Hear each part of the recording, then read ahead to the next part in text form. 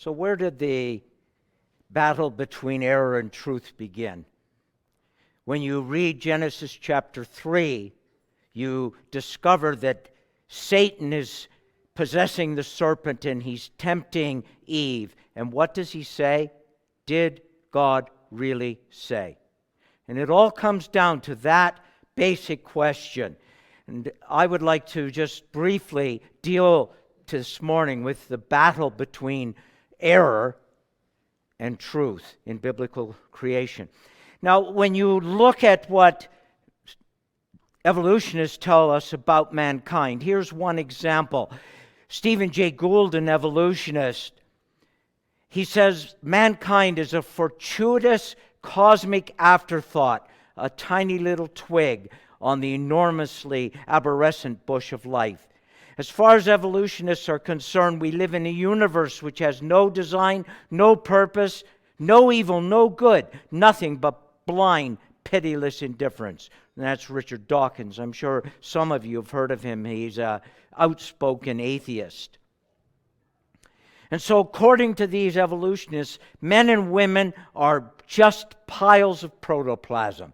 There is no morality, no purpose in existence.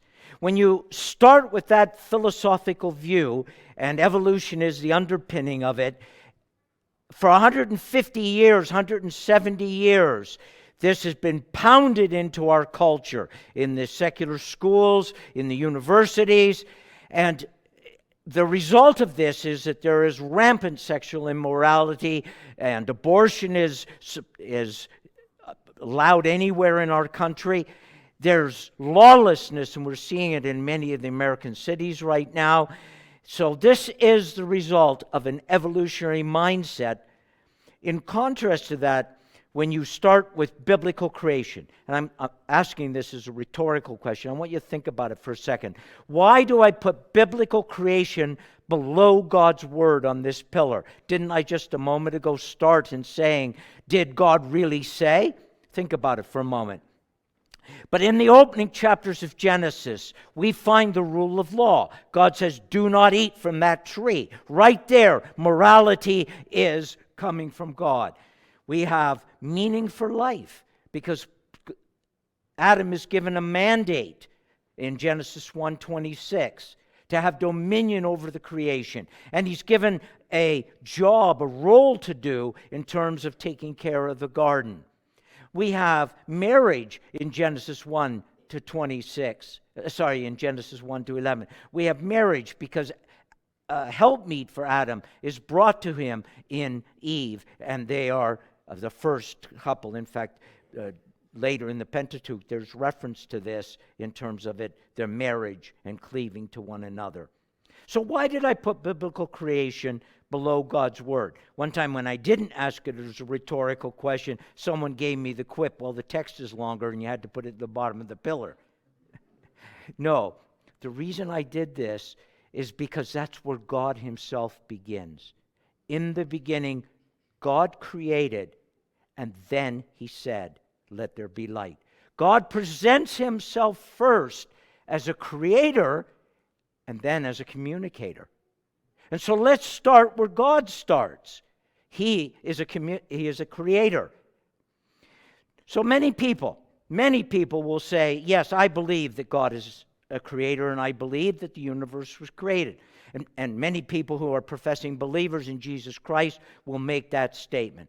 They will also have a Christian worldview, and that is they're against abortion and against theft and against premarital sex and those kinds of things. But what we have been finding at Creation Ministries International is that people then drive a wedge between their view that God is the creator and the Christian worldview. And that wedge consists of two primary enemies of truth. One is theistic evolution. They will tell you that God used he used evolution as his process for bringing about mankind.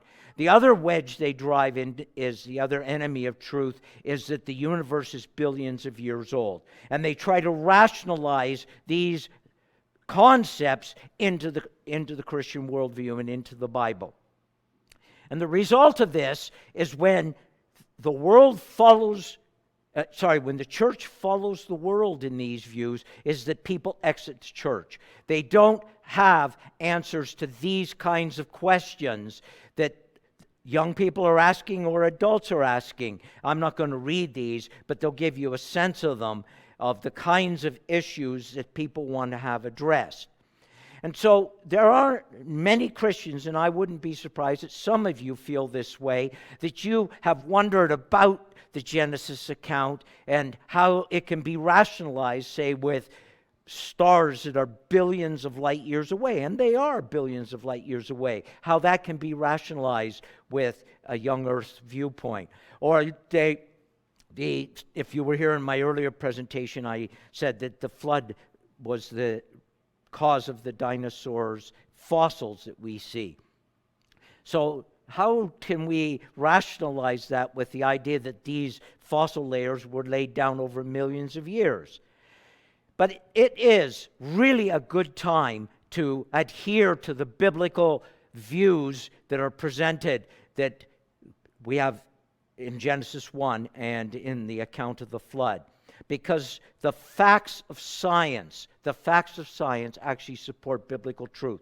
When I became interested in this topic, I was in high school, and a friend of mine from our Christian fellowship in my high school invited me to a presentation much like this that was being done in his church down at, and was a Shepherd and Pharmacy in Toronto. And the speaker at that time was a man named Whitcomb, and he co-wrote a book with a man named Morris, and some of you may have heard of their book called The Genesis Flood. And that was really the seminal work that kicked off Christians starting to fight back against the incursions of evolution.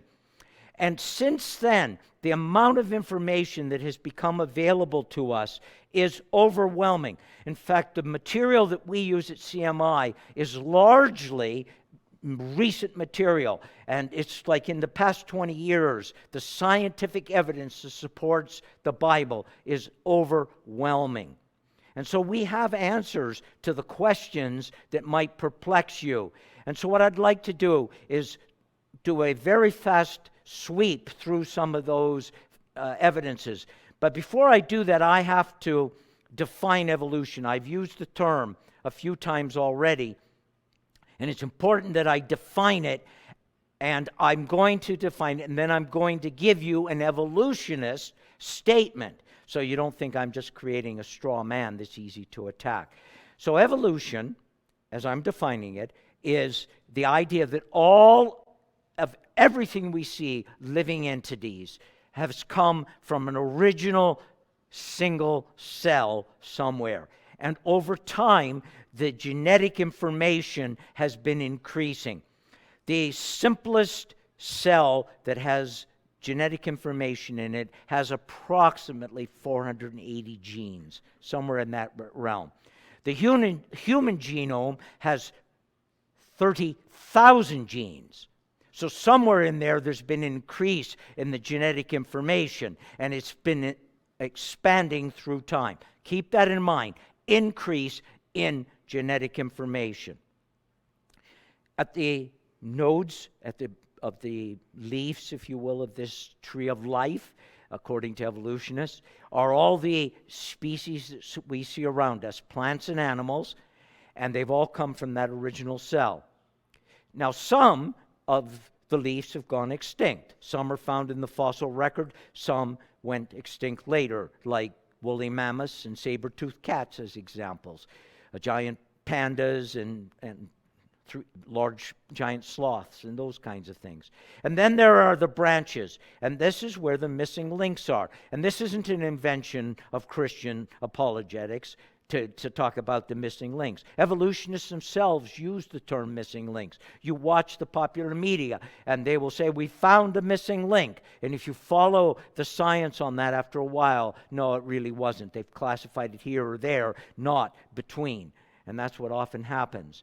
So here's Lynn Margulis. Now, she's no longer alive, but she was a prominent evolutionist. She says, every form of life on Earth, oak tree, there's plants, an elephant, bird, and bacteria. She doesn't list man, but if it's every form of life, she would include mankind, shares a common ancestry with every other form.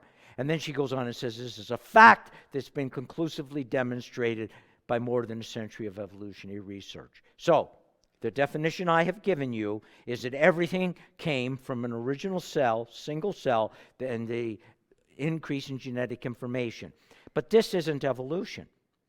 When you take the canine kind and you have domestic dogs, which are a subspecies within the canine kind, you find that they have less genetic information than the original generic kind. And if you breed those dogs down into their Chihuahuas and Great Danes and so on, they also have less genetic information, and they are less viable. In fact, if you want a really healthy dog, you want a mutt, one that's got a lot of genetic mixing.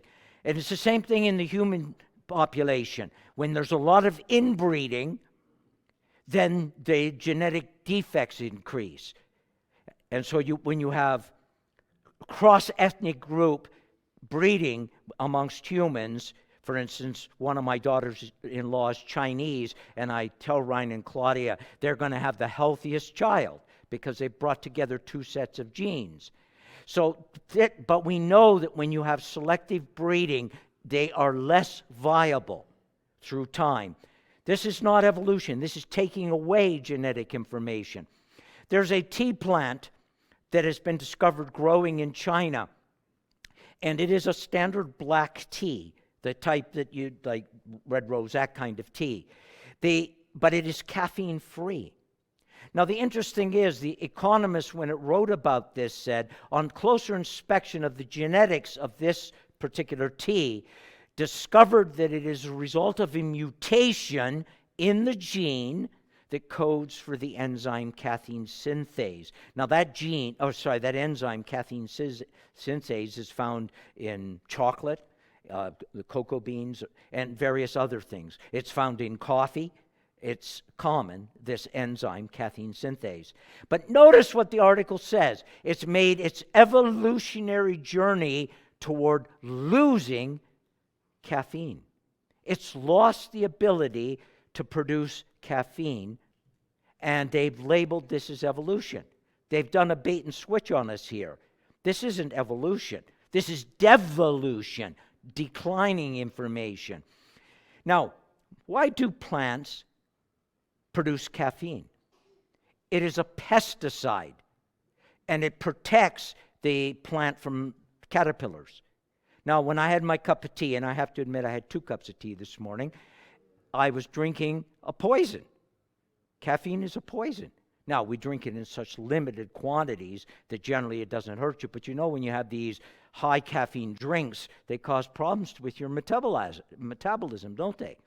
So, I'm not suggesting that you should stay away from caffeine, just be cautious about it. If that's the general rule.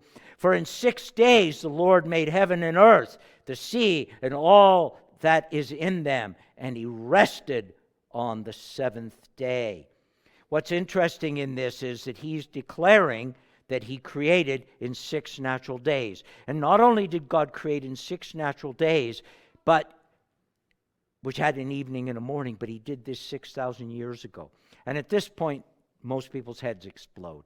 Do you really believe that God created 6,000 years ago? Emphatically, yes, I do. Keep that 6,000 years in mind as we move on here.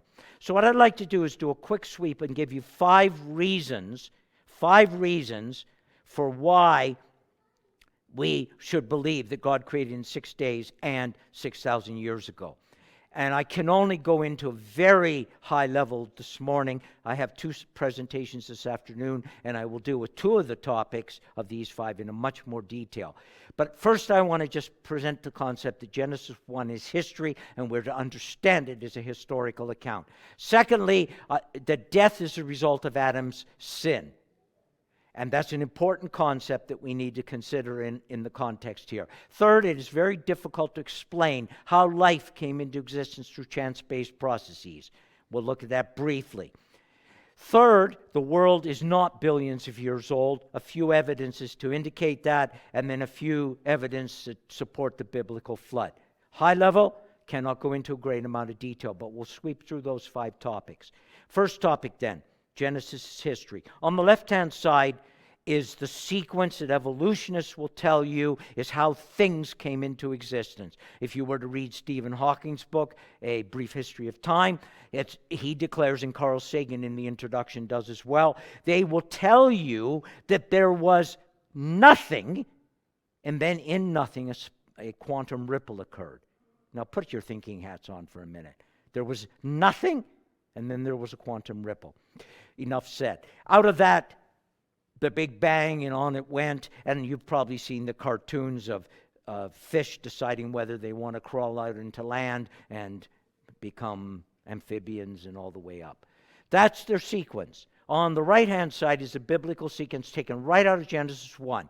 You just read Genesis 1, and I've listed them there as they are described. Now, you'll see that the 2 sequences are not consistent. You cannot rationalize them. There's a basic law of logic called the Law of Non-Contradiction. And by the way, logic comes from the mind of God, as does mathematics. And so logic, the very existence of logic, is evidence for the existence of God, by the way. It's a good apologetics approach to ask. The very fact that we can think logically indicates that we were created. But putting that aside, the law of non-contradiction says that if there are 2 things that contradict one another, one of them, at least one of them, must be wrong. They could both be wrong, but at least one of them must be wrong. So one of these 2 sequences cannot be correct because they contradict each other. Now, they could both be wrong, but one of them at least has to be wrong.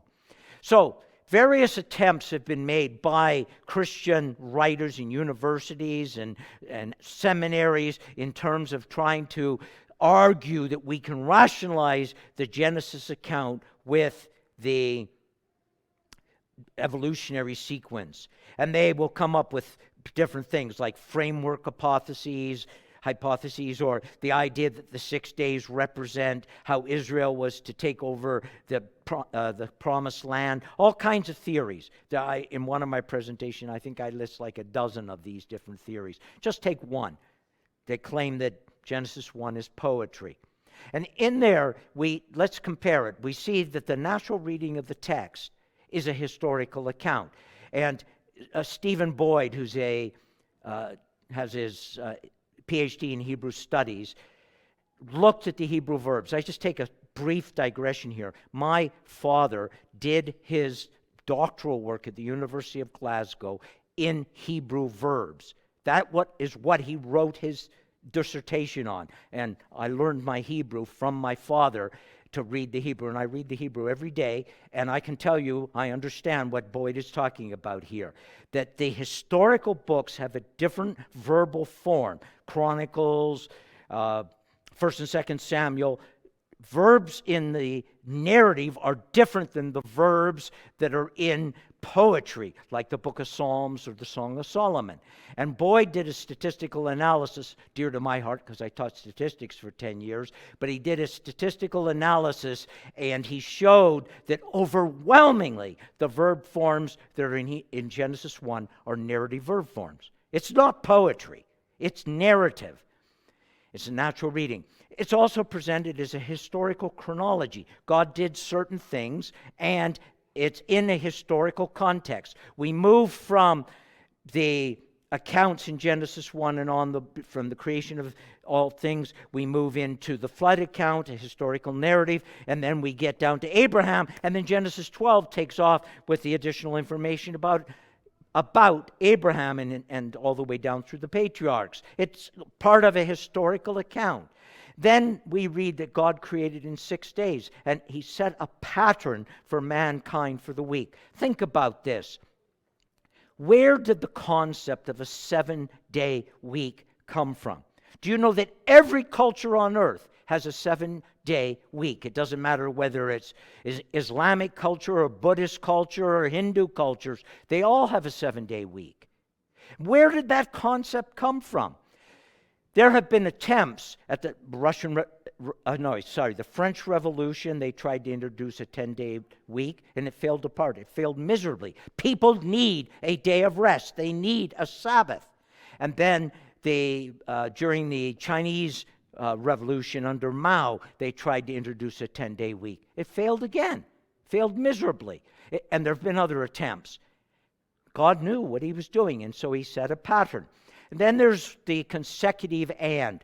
It's called, in Hebrew, it's called the law consecutive, but it has a particular structure. When the and occurs, and there was evening, and there was morning, and there was day one, and God did, and our modern English translations often tone down the ands, and they put now and when and other things. But in the Hebrew, it's very, very evident. It just pounds out, and it's an indicator that things are occurring in sequence, historically and temporally. There's also the use of the ordinal. Now, day one is not an ordinal, not second, third.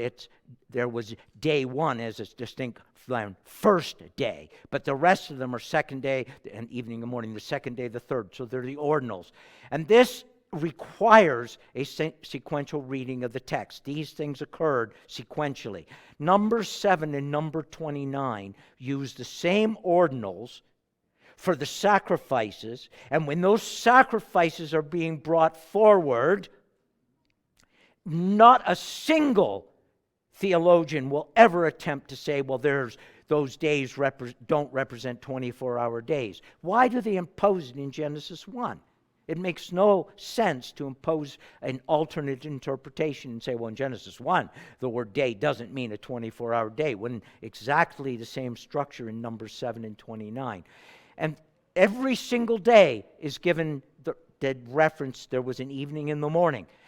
And now we use Roman reckoning. That doesn't mean that it's right, but we use Roman reckoning where we say morning and evening. But think about this. The moment God created the earth, in Genesis 1:1, it's already a globe, it's spinning, and he created light on day one. So that spinning globe is already got a 24-hour cycle. It's already a spinning globe. So right from the beginning, from the moment he created, there was evening and then there was morning. It was spinning already there. So that you don't have to have a sun on day 4 in order to have evening and morning. It's already there. There's light and the spinning globe. Now, the 10 Commandments are very important in this because God says, for in 6 days the Lord made heaven and earth, the sea and all that's in them, and rested on the 7th day. Therefore the Lord blessed the Sabbath day and made it holy. If God did not create in 6 natural days and then rest on the 7th day from that, and Adam rested with him, by the way, because Adam was already created, and the ancient Jewish scholars used to say that Adam basically began his life on a Sabbath. He was created on the 6th day, but then he basically began on a Sabbath from then on. But going beyond that, if God did not create in 6 days, then the analogy completely falls apart. How can God say, well, because I created in 6 days, then you will work 6 days. Because I rested on the 7th, you will rest on the 7th. It makes absolutely no sense if it's just a story.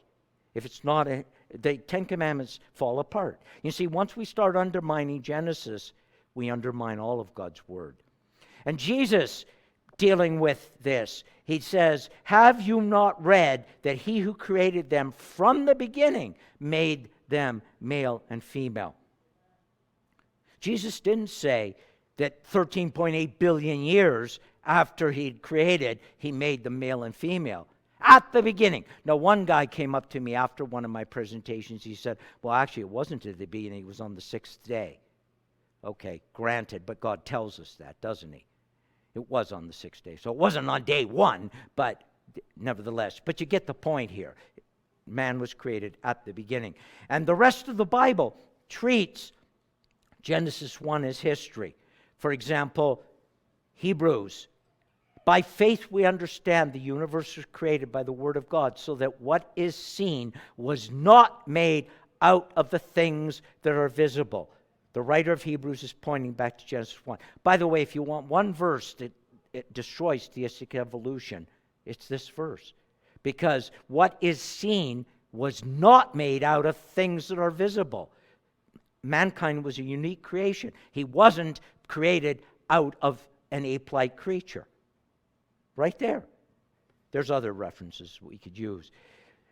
Paul tells us in Corinthians, for God who said, let there light shine out of darkness, has shone in our hearts. Now what Paul is doing here is he's referring to an actual natural phenomenon, and he's applying it into a spiritual context. But if God didn't cause light to shine out of the darkness in day one, then there's no spiritual light either. The analogy fails. Scripture fails if Genesis 1 is not real. So keep that in mind. Genesis 1 is an absolutely explicit historical account. God created in 6 natural days. I forgot to mention one thing. Those days had an evening and a morning. We say 24 hours. Where did the concept of 24 hours come from? It's a human invention. Some say it's Sumeria, some say Babylon, some Egypt. It's definitely post-flood. If you go to the Swiss Watch website, Swiss Watch website, they want to introduce a 10-hour day with 100 minutes in an hour and 100 seconds in a minute. Well, there's nothing wrong with that. It's metric time. Why not? Why 24 hours? 24 hours is an obtuse concept when you think about it, particularly when we have 12 hours and then we have to get confused between AM and PM and all that. God, how more clearly could he indicate to us that it was a natural day than it had an evening and a morning? He couldn't have said 24 hours, right? So it's very clear. So second topic is death was introduced by Adam's sin. So after God had created everything, he looks at it and he declares it to be all very good in Genesis 1:31. And each of the days, he also says that they were very good. And if there has been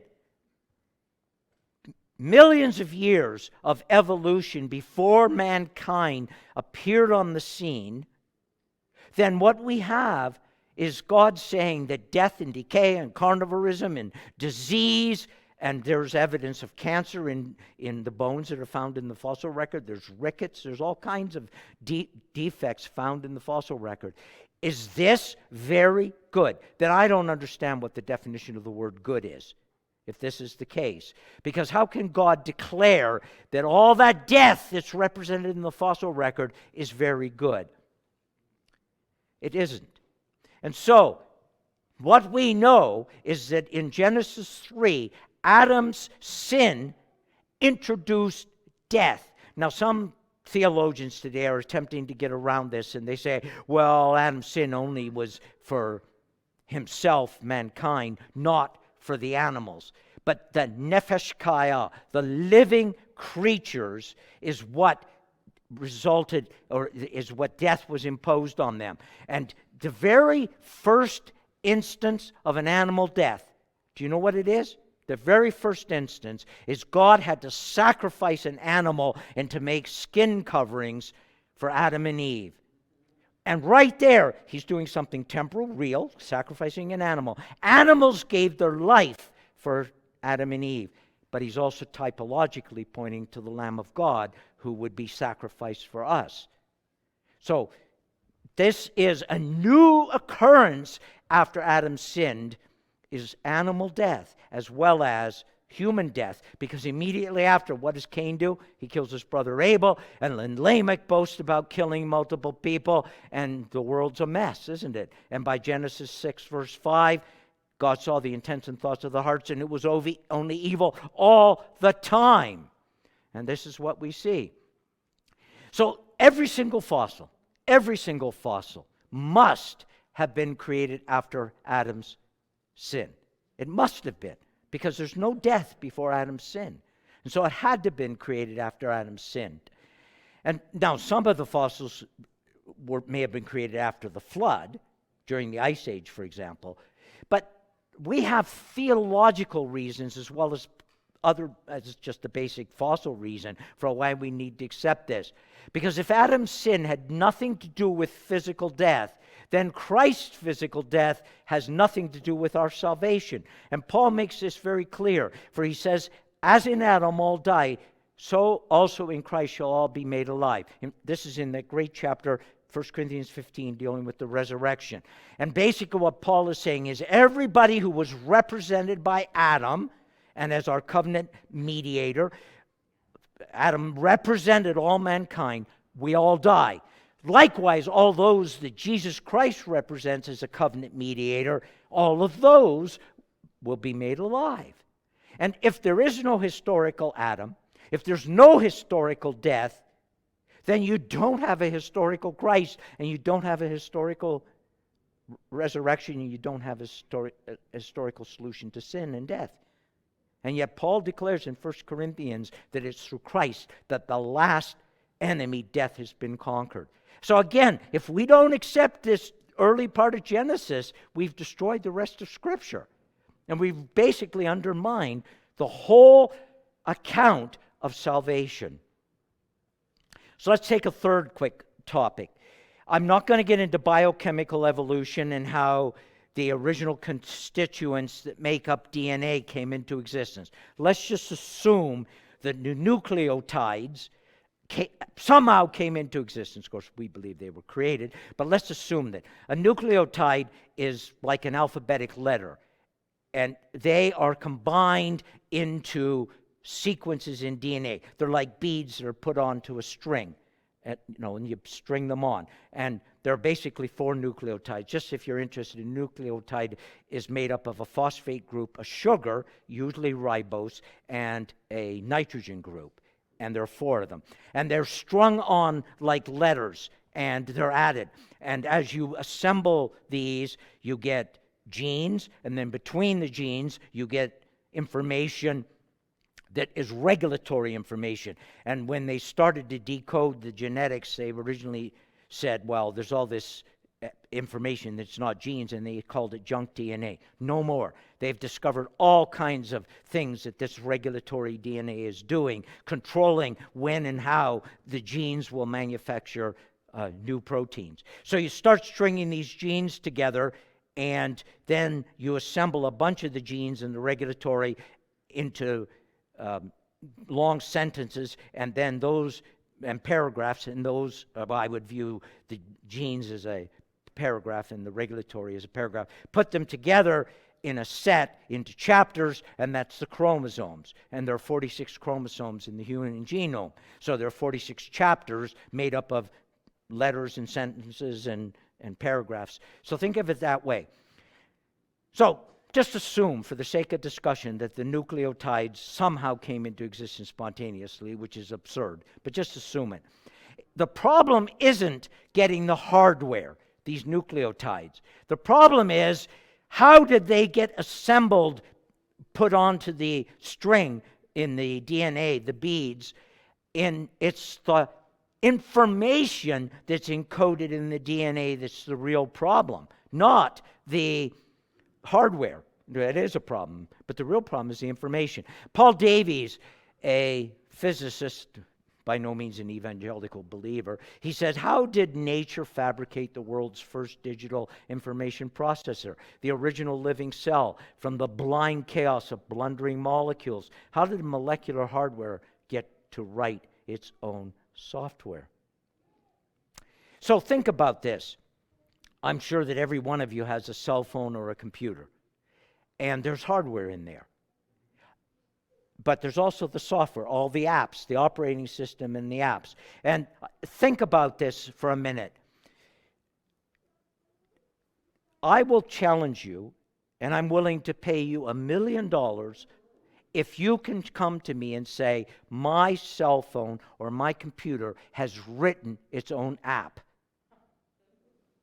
It's not going to happen, is it? I'm not ever going to pay out the money. You know it won't happen. And yet, as Paul Davies says, but nevertheless, we believe the blundering chance in some sort of soup created DNA and assembled all this. Do you know that in the human genome, there are 3 billion nucleotides strung together as beads.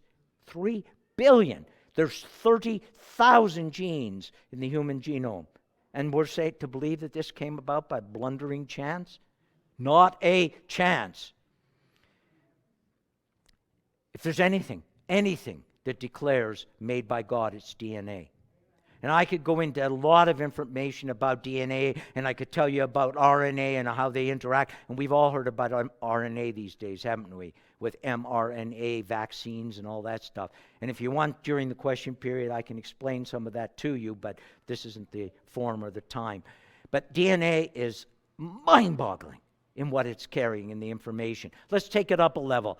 In our cells, we have nucleuses, and there's DNA in the nucleus. By the way, there's also DNA in the mitochondria, another part of the cell. But our genome is in the nucleus. How did cells form nucleuses? And there's this concept called cell capture, which has never been proven.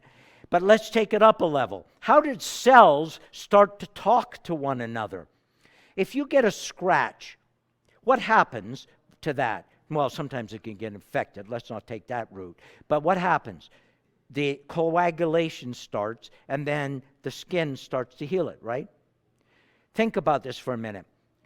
Coagulation is an amazing thing because our body doesn't coagulate. If the blood coagulates, why does it decide to do it only when you get a scratch? Because cells are communicating with one another.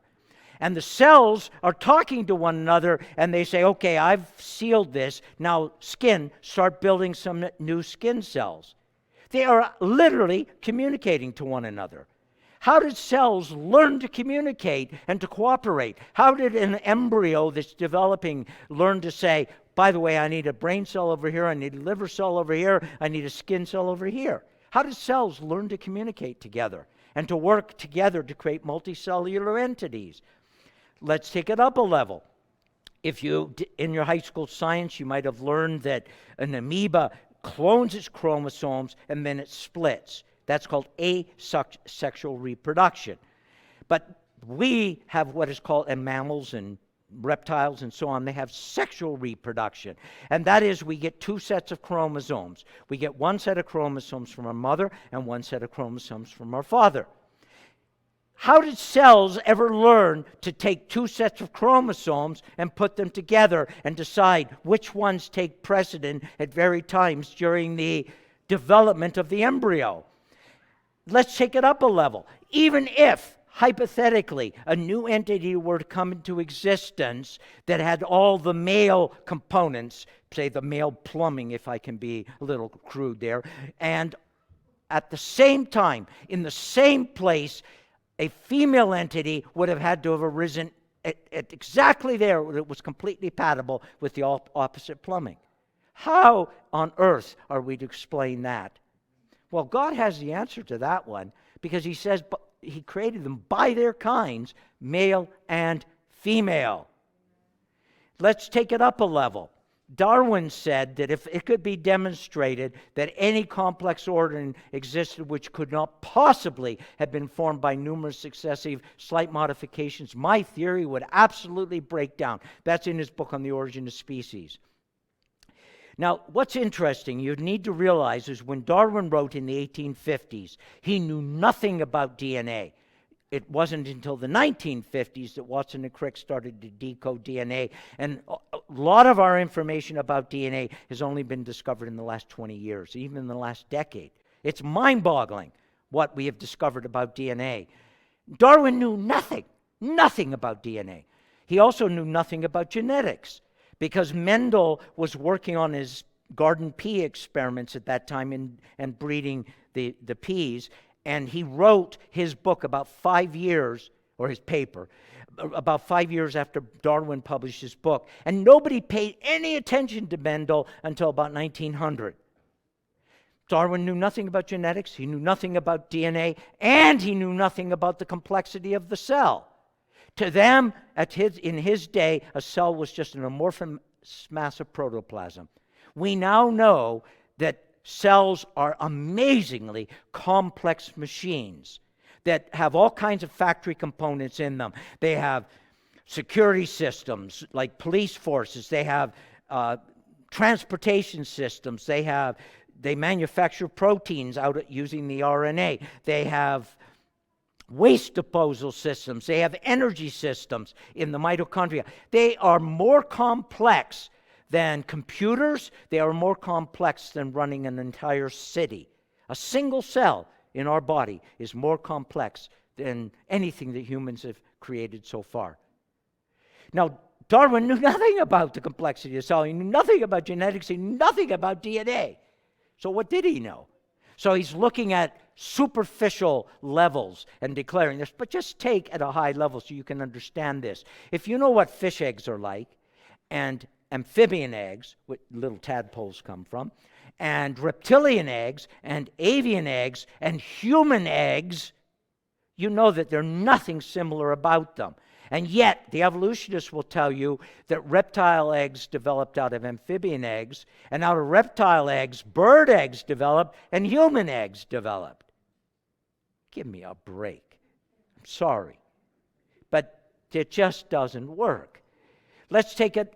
Oh, the Bible has the answer, doesn't it? God created in mature form these life forms. Let's take it up a level to symbiosis. Do you grow tomatoes? Anybody grow tomatoes? Do you know how tomatoes are fertilized? Some can be pollinated, I should say. They are pollinated by wind, minimal amount. But if you're growing greenhouse tomatoes, there's no wind. So you can hand pollinate them. If you want tomatoes pollinated, you need bumblebees. Why bumblebees, not standard bees? Now, I can guarantee you if I'm invited back here in a year to do another presentation, you won't remember anything of this presentation, but I guarantee you're going to remember the bumblebees, right? I guarantee it. Because you know why bumblebees are important for pollinating tomatoes? They're the only bee that hums while they work. And the amazing thing is, and this will be for the musicians, they hum at middle C. And when they hum at middle C, tomatoes open up their flowers for pollination. Isn't that incredible? Symbiotic relationships are all over nature. You want to give me a middle C? That's what bumblebees hum at. Isn't that amazing? And there are all kinds of symbiotic relationships in nature. Evolutionists cannot explain it. So, I've only done at a very superficial level some of the problems that evolutionists have, but it is deep. I think I'm doing Evolution Exploding this afternoon. I'll go in, some of these same slides I'll show, but I'll go into a lot more detail. If you're interested, that's just a little advertising to come back this afternoon. But the Earth can't be billions. Oh, and I'm also doing Evidently Young this afternoon, so I'm going to deal with this fourth topic in a little more detail. But mitochondria is a separate part of our cells. We have nuclear DNA and we have mitochondria DNA. The mitochondria are the powerhouses for the cell. They basically create the electricity the cells need to run the manufacturing systems. And we inherit our mitochondria DNA from our mothers. That's where we get it from. And we all basically have it. Doesn't matter what our ethnic background is, we all have essentially identical mitochondria DNA. If I recall correctly, across the entire human population where they've done sampling of mitochondria DNA, there might be about 800 mutations across everybody. We are essentially identical in our mitochondria DNA. So, but in our nuclear DNA, there's lots of variations, a lot more genetic mutations that have occurred, and the genome allows for a lot more variety, not in the mitochondria DNA. We're all essentially identical. Now, some studies were done using the veterans of the Civil War in the United States and of the descendants of the Russian Romanov family. Do you know that a Russian princess escaped from Russia and moved to Toronto area, was living outside of Toronto, incognito, just to avoid the purge in Russia. But if we have a hairbrush, say, in a museum in Russia, and there's a hair sample, we can get the DNA, and if we know it's from a Russian princess, we can get her descendants, similar to the veterans in the American Civil War. We can get their descendants if we have something that we can get a sample of DNA. And Ann Gibbons wrote a paper in which she said evolutionary studies led them to expect about one mutation in 600 generations.